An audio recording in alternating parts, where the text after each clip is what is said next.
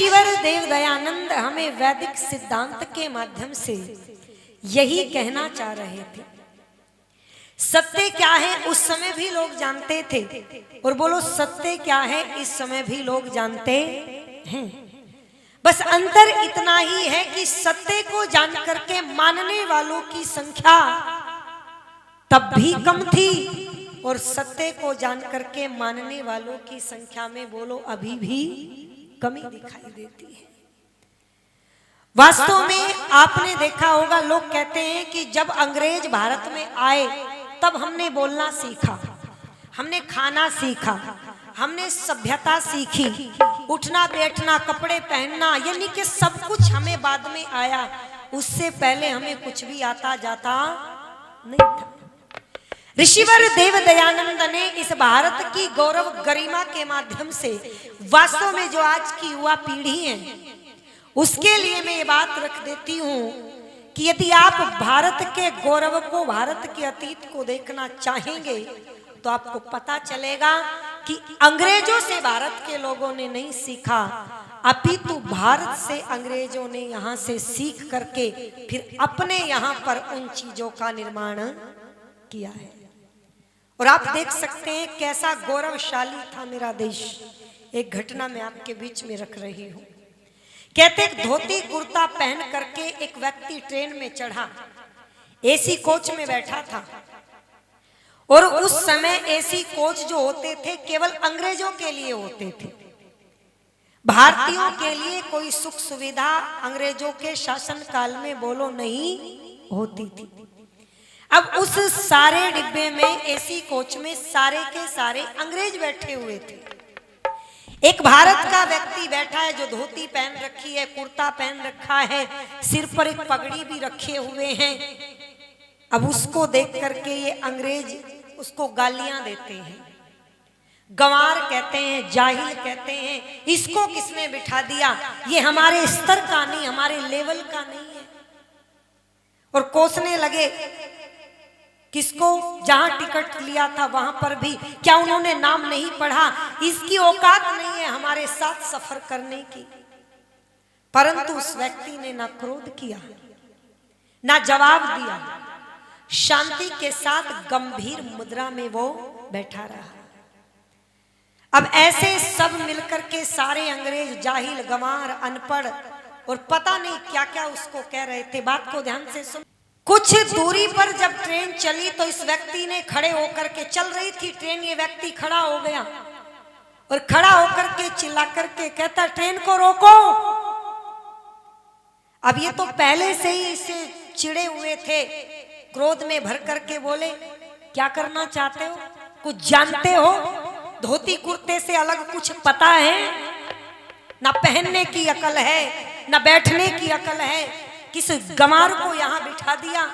पर इसने कुछ नहीं सुना, इसने दौड़ करके ट्रेन की चैन को खींच दिया। जब ट्रेन की चैन खींची तो ट्रेन रुक गई। लोगों, ट्रेन रुकी तो गार्ड आए, आकर के गार्ड ने पूछा ये ट्रेन किसने रोकी, चैन किसने खींची। तो अंग्रेज कुछ कहते, ये व्यक्ति बोल पड़ा श्रीमान मैंने खींची है। तो ये भी झुंझला करके बोला क्या आपको नहीं पता, चलती हुई ट्रेन को बिना कारण के रोकने पर दंड मिलता है, क्यों रोकी, क्यों समय खराब कर दिया। बस इतना कहा, अंग्रेज और गालियां देने लगे। इस व्यक्ति ने कहा मैंने बिना किसी कारण के चैन को खींचा नहीं। फिर कारण क्या है, तो इस व्यक्ति ने कहा कि यहां से लगभग 1 किमी दूरी पर ट्रेन की पटरी टूटी हुई है, और अगर ये ट्रेन उस पर चढ़ गई तो बहुत सारे लोग मर जाएंगे। ये अंग्रेज हंस पड़े, हंस करके बोले देखो ये जानता है, भविष्यवाणी कर रहा है, कौन हो तुम। इस व्यक्ति ने कहा ये बाद में जानना, अगर तुम्हें विश्वास नहीं है तो मेरे साथ चल करके देखो। वो गार्ड भी, वो सारे अंग्रेज सिपाही मिलकर के, सारे अंग्रेज लोग मिलकर के इस व्यक्ति के साथ ट्रेन की पटरी पर चले। ए लोगों लगभग 1 किमी दूरी पर पहुंच करके जब देखा तो वास्तव में ट्रेन की पटरी टूटी हुई थी। वो पेंच खुले हुए थे। सबको आश्चर्य हुआ, जो गालियां दे रहे थे यकायक चुप हो गए, शांत हो गए। और जब उन्होंने पूछा आपको कैसे पता चला, उस गार्ड ने पूछा आपको कैसे पता चला कि ट्रेन की पटरी टूटी हुई है, तो इस व्यक्ति ने एक उत्तर दिया, ध्यान से सुनना। जो आज टेक्नोलॉजी पर घमंड करते हैं, कैसा था मेरा देश। वो व्यक्ति कहता है ट्रेन में सब अपने कार्यों में व्यस्त थे, सब बातें कर रहे थे, मेरे साथ कोई बोलने वाला था नहीं, मैं अकेला शांत बैठा था और मेरा सारा ध्यान ट्रेन की गति पर था। ट्रेन जिस गति से चल रही थी वो ध्वनि अलग थी, और जब मैंने महसूस किया तो यहां आकर के ट्रेन की जो ध्वनि की गति थी उसमें कुछ परिवर्तन हुआ। और ऐसा परिवर्तन हम उस समय महसूस कर सकते हैं जिस समय हमारा जो लोहे का जोड़ होता है वो अलग अलग हो जाए, यानी कि पैच खुले हुए होते हैं। वो परिवर्तन हमें जब दिखाई देता है। जब ये बात सुनी, जिसको अनपढ़ कह रहे थे, जिसे गंवार कह रहे थे, जिसे जाहिल कह रहे थे, जिसे असभ्य कह रहे थे, ये अंग्रेज कहते हैं वो तो ठीक है, पर ये बताओ तुम हो कौन। क्योंकि इतनी जानकारी, इतनी नॉलेज साधारण व्यक्ति रख नहीं सकता। तो इस व्यक्ति ने उत्तर दिया कि मैं भारतीय इंजीनियर हूं और मेरा नाम है मोक्ष गुंडम विश्वेश्वरैया। ये नाम यदि आपने सुना हो, जिनको आधुनिक भारत का विश्वकर्मा कहा जाता है। 15 सितंबर उनका जन्मदिन और 15 सितंबर को अभियंता दिवस के रूप में मनाया जाता है। ये भारत का गौरव था। आप कहते हैं आज हमारी न्यू जनरेशन इस बात को कहती है कि अंग्रेज नहीं आते तो बोलो भारत के लोगों को खाना पहनना पढ़ना लिखना भी आने वाला नहीं था। और इसी ही युग में इसरो लैब के जो अध्यक्ष है, जो चीफ है, वो दावा कर रहे हैं कि चंद्रयान 3 की उड़ान हमने जब भरी तो इसलिए हम सफल हो सके क्योंकि हमने ये सारी विद्या वेदों के अंदर से प्राप्त की। आज हमारे दुख का यही कारण है। बस मैं इतना कहना चाहती हूँ, वहीं पर अपनी बात को लाना चाहूंगी। अगर वास्तव में आप शिक्षा के क्षेत्र में उन्नति चाहते हैं, भाषा के क्षेत्र में उन्नति चाहते हैं, धन के क्षेत्र में उन्नति चाहते हैं, या कह दूं कि जीवन के क्षेत्र में उन्नति चाहते हैं, तो नान्या पंथा विद्यते अयनायः, बोलो वेद से अलावा कोई और रास्ता हो ही नहीं सकता।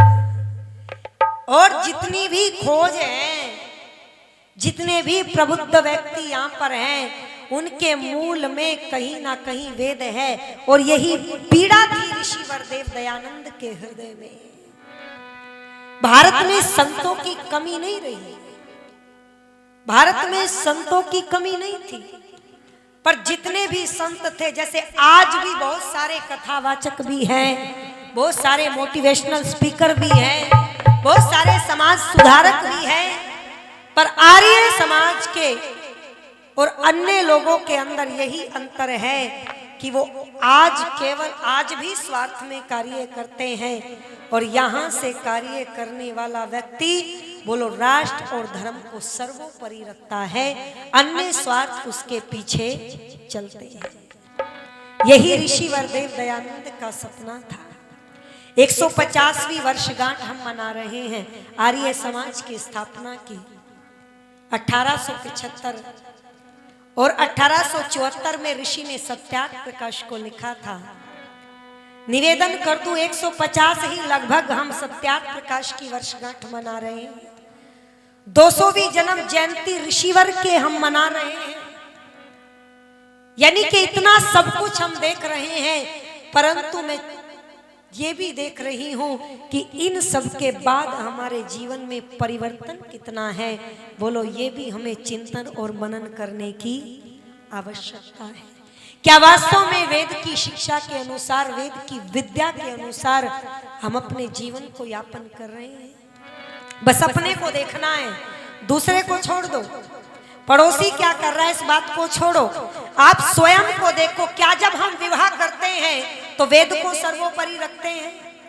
क्या जब हमारे घरों में बच्चे पैदा होते हैं तो संस्कार रूप में हम वेद को सर्वोपरि रखते हैं? क्या जब हमारे बच्चे विद्यालय में जाने के लायक होते हैं तो क्या हम वेद को वहां सर्वोपरि रखते हैं? चिंतन करो। क्यों बहनों? हम समाज को सर्वोपरि रखते हैं। अगर दहेज नहीं आया तो मोहल्ला हंसेगा, समाज खिल्ली उड़ाएगा, कहते या नहीं कहते हैं? हम वेद को सर्वोपरि नहीं रखते। इसीलिए ऋषि की उस पीड़ा को समझना, और कैसे कार्य किया था ऋषि ने, तो क्या कह दिया कि पन्ने पन्ने पर अंकित है गौरवमयी कहानी।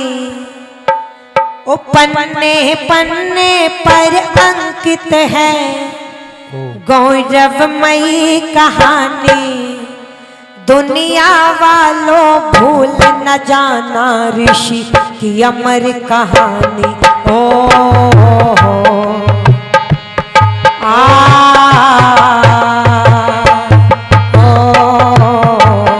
थोड़ा सा ढोलक का बेस कम कर दो।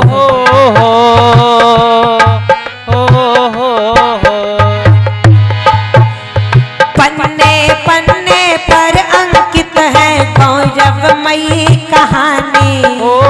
पन्ने पन्ने पर अंकित है गौरवमयी कहानी। दुनिया वालों भूल न जाना ऋषि की अमर कहानी।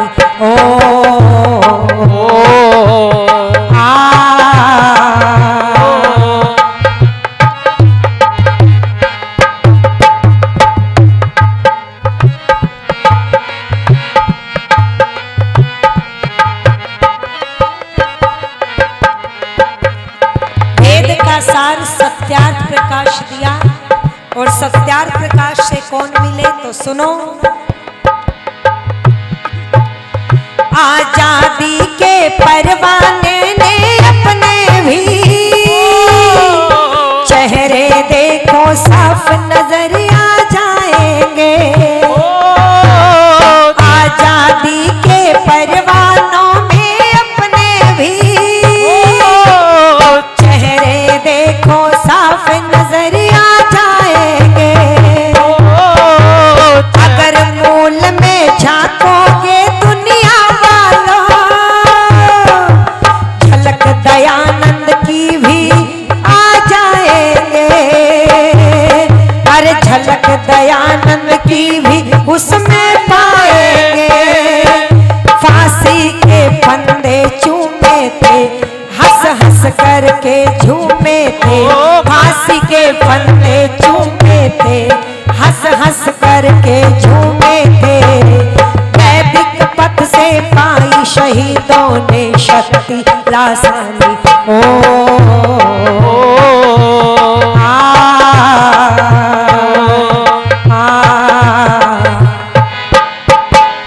पन्ने पन्ने पर अंकित है गौरवमयी कहानी। दुनिया वालों भूल न जाना ऋषि की अमर कहानी।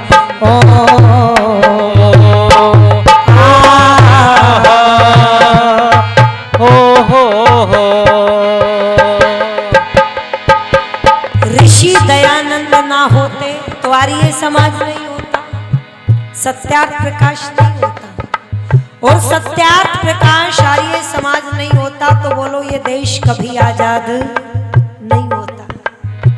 इसीलिए कहा है, और क्या कह दिया, गफलत में पड़ हिंदू जाति सोती थी। ताबीजे कंडों के रेलम रेले थे। ताबीजे कंडों के रेलम रेले थे। पोपो पंडो मुल्लाओं की बस्ती में। पोपो पंडो मुल्लाओं की बस्ती में।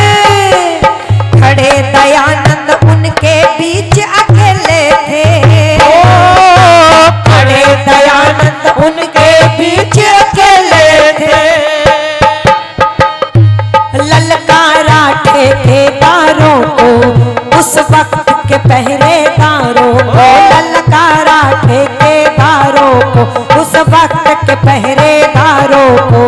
हिंदू वो जागो अब तो क्यों करते हो तुम नादानी।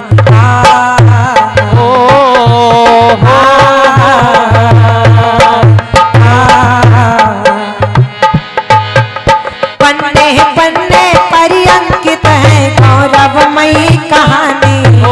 दुनिया वालों भूल न जाना ऋषि की अमर कहानी।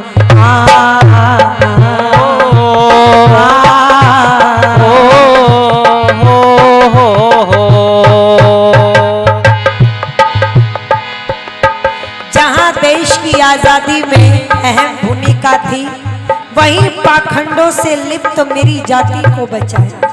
और आगे क्या हो रहा था तो क्या कहा, दलित दीन नारी शिक्षा से वंचित थे, झाड़ों ने पहचान शूद्र की होती थी। पर झाड़ों से पहचान शूद्र की होती थी। पिंगला शीशा भर जाता था कानों में, दारुण कंठ उठाकर नारी रोती थी। दारुण कंठ उठाकर नारी रोती थी। हक वेद पे सबका बताया, हक वेद पे सबका बात कही, शिक्षित होना है पाप नहीं। हक वेद पे सबका बात कही, शिक्षित होना है पाप नहीं।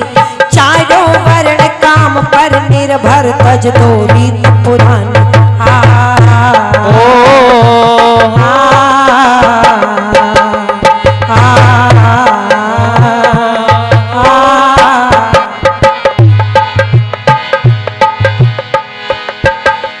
देश में सतियों के भी क्रंदन होते थे, धरती क्या आकाश भी मिलकर रोते थे। धरती क्या आकाश भी मिलकर रोते थे। सारा आलम जब रातों को सोता था, उन रातों में देव दयानंद रोते थे। उन रातों में देव दयानंद रोते थे। उन रातों में देव दयानंद रोते थे। जबरन ही चिता में झोंक दिया, फिर सती माता का नाम दिया। जबरन ही चिता में झोंक दिया, फिर सती माता का नाम दिया।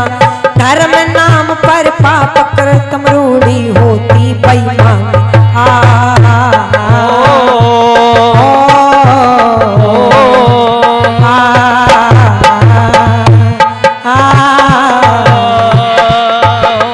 पन्ने पन्ने पर अंकित है गौरवमयी कहानी। दुनिया वालों भूल न जाना ऋषि की अमर कहानी।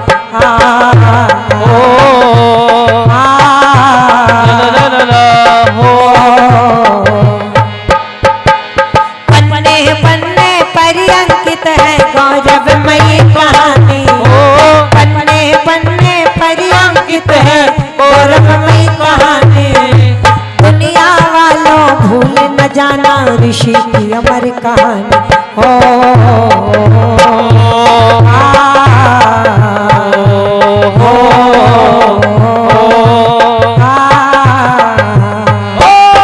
अरे पन्ने पन्ने पर अंकित है गौरवमयी कहानी। पन्ने पन्ने पर अंकित है गौरवमयी कहानी। दुनिया वालों भूल न जाना ऋषि की अमर कहानी।